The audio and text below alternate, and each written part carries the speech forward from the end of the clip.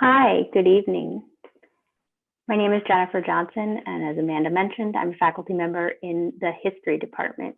Thank you to her and to the entire Cogut team and Media Services for putting this event together.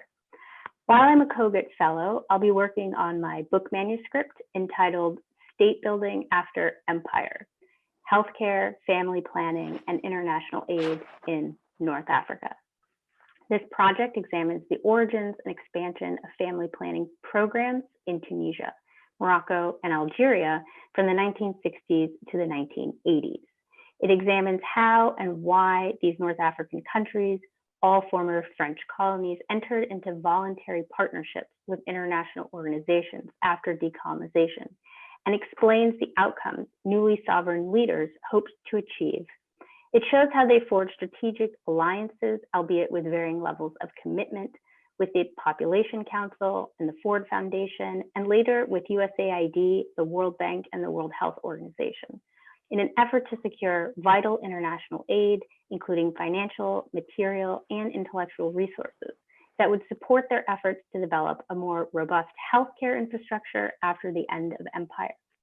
The book makes several important contributions to a variety of fields, including African history, Middle Eastern history, French imperial studies, histories of decolonization, global health, and gender and sexuality studies.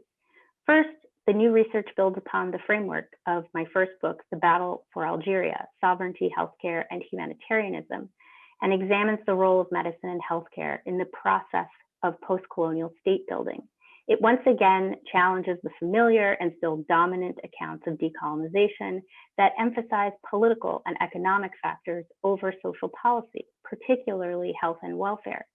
State building after empire situates family planning as the core health policy to be interrogated and returns to my fundamental methodology of using the prism of medicine and health to illuminate the ways North Africans shaped their new national institutions and navigated their place on the world stage. Second, the project offers a new interpretation of family planning and global health programs. The existing literature emphasizes how family planning programs acted as a colonial or neo-colonial enterprise with the pernicious goal of reducing the number of Black and Brown people. In contrast, my study prioritizes the politics of the newly independent state and demonstrates that its leaders were active agents in the decision and implementation process. Leaders across North Africa defined their own healthcare priorities and developed creative strategies to secure vital resources.